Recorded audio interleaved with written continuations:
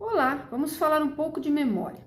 Você acha que a sua memória é ruim porque quando você lê um livro, um artigo, não se lembra no dia seguinte de muita coisa a respeito? Não se trata de memória ruim. A questão é que a memória está treinada ou destreinada. A memória deve ser treinada para lembrar de fatos, coisas, pessoas, números, eventos. É como um músculo do nosso corpo. Se nós estamos fracos, nunca nos exercitamos, não vamos ter um bom condicionamento.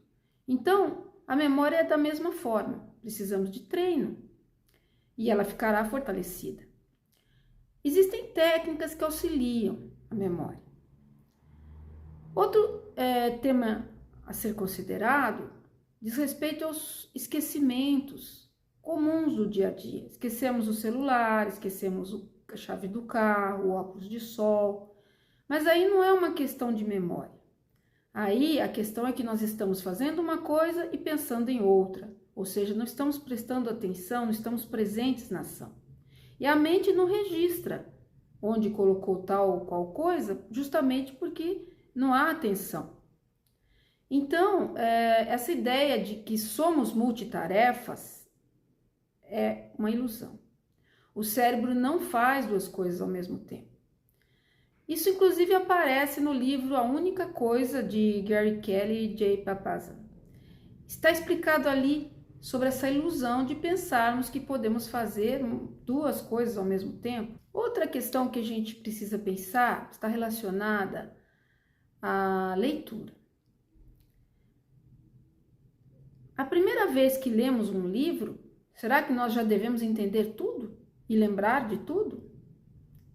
Não. A primeira vez que lemos um livro, nós vamos ter uma noção geral dele. Ninguém entende 100%, exceto os gênios, né, do conteúdo daquele livro. Nós conseguimos reter ideias principais, se lermos adequadamente, mas não 100%. Agora vamos falar dos tipos de memória. Existe a memória de curto prazo, que funciona como a memória RAM de um computador, e a de longo prazo, que funciona como HD. Primeiro a informação entra na memória de curto prazo e depois passa para a de longo prazo. Mas nem toda a informação que entra vai para a memória de longo prazo. O nosso cérebro tem a tendência de lembrar daquilo em que pensamos. Se não refletirmos sobre o que estamos estudando, analisando, esquecemos mais rápido. O cérebro também divide grandes informações em pequenos pedaços e depois junta de forma familiar, e isso facilita a memorização. Um estudo que aparece no livro Ultra Aprendizado mostra que letras aleatórias são mais difíceis de lembrar, mas quando elas têm algum significado, fica fácil, como por exemplo, FBI, NASA, CIA, isso ajuda. Então, é importante a gente criar esses recursos para nos lembrarmos daquilo que estudamos. Um experimento sobre memória, realizado pelos pesquisadores Craig e Lockhart, os grupos de pessoas foram desafiados a lembrar de palavras. Os resultados mostraram que buscar um significado mais profundo nas palavras ajuda a lembrar melhor. Então, se você quer lembrar melhor, busque sempre entender e refletir sobre o que está estudando, procurar o significado mais profundo daquilo. Agora vamos falar um pouquinho do esquecimento. Depois que a gente aprende alguma coisa, rapidamente a gente começa a esquecer, exceto se nós utilizarmos algumas técnicas, algumas metodologias que permitam recuperar a informação lá no cérebro de modo espaçado. Mas isso eu vou falar um pouquinho mais à frente. A nossa mente funciona como um balde furado na parte de cima, onde o que acabou de ser aprendido sai primeiro. Imagine um balde furado e a informação que acabou de ser aprendida já sai logo de início pelos buracos. A pergunta que tortura é: por que temos tanta dificuldade em entender e reter certos assuntos? Muitas vezes é porque temos pouco repertório. Se você não conhece os conceitos, vários conceitos que se complementam, isso dificulta a memorização. Por exemplo, você quer explicar o que é um bolo, então você precisa conhecer os ingredientes, o que é farinha, o que é leite, o que são ovos. E sem esses conceitos, você não consegue explicar o que é o bolo. Então, é importante ir buscando aprofundamento, ir estudando sempre para ir acrescentando repertório. Isso favorece a memória. Com o tempo, você tem como fazer ligações e com isso a sua memória parece que flui mais rápido. Agora vamos falar um pouquinho sobre as teorias do esquecimento. A primeira teoria é a teoria do esquecimento com o tempo. Segundo essa teoria, a nossa memória decai com o tempo.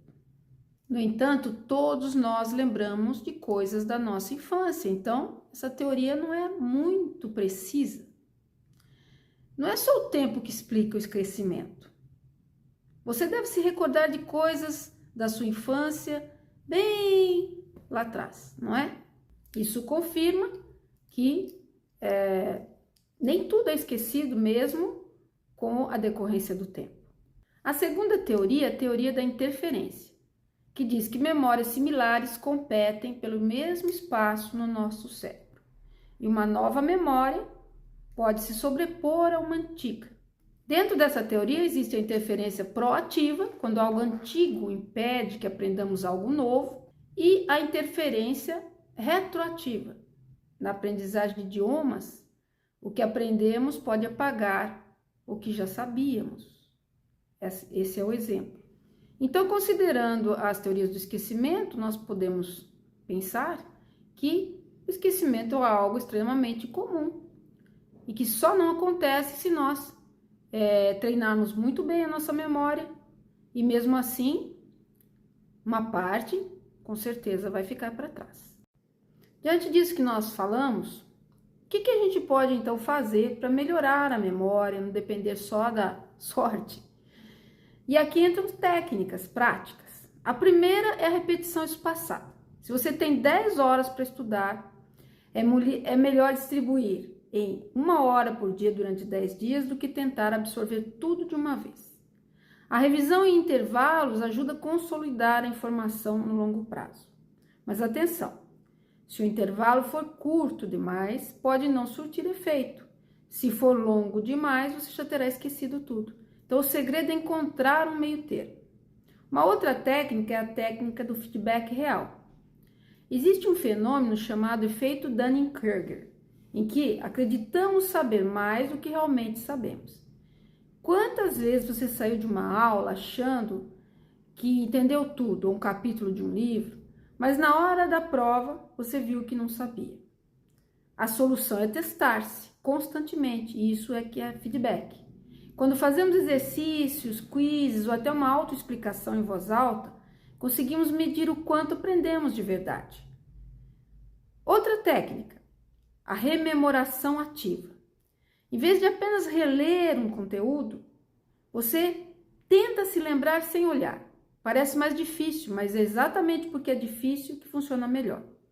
O livro Make It Stick, que é Grude o Conhecimento, a ciência da aprendizagem bem-sucedida, chama isso de dificuldade desejável.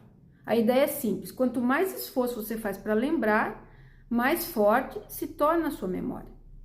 Substituir a releitura e sublinhado por testes e exercícios é muito mais eficaz.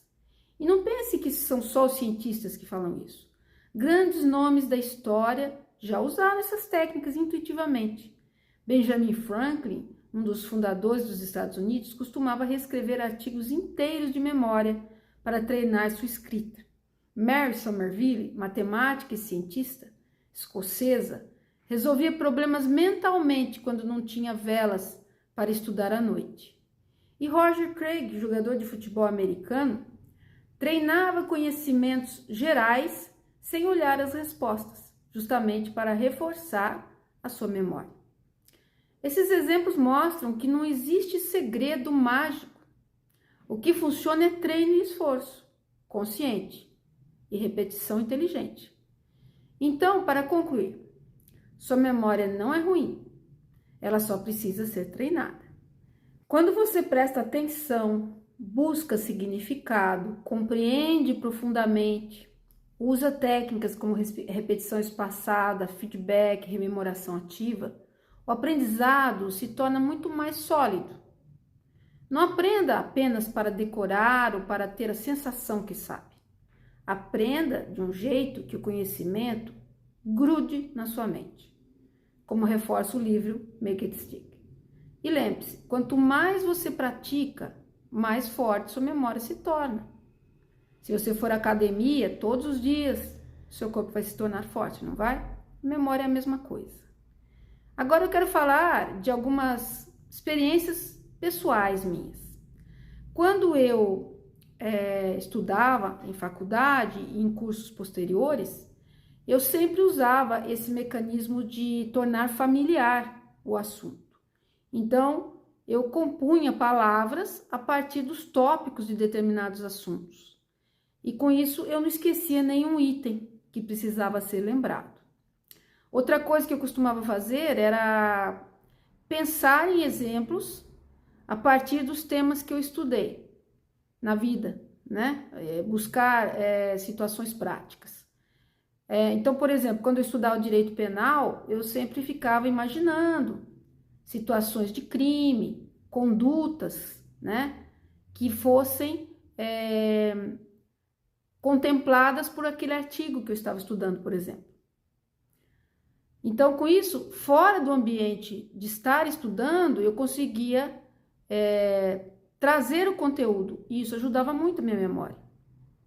Né? Fora do momento de estudo, eu estava estudando, porque eu estava procurando na vida real exemplos que eu pudesse colocar na lei.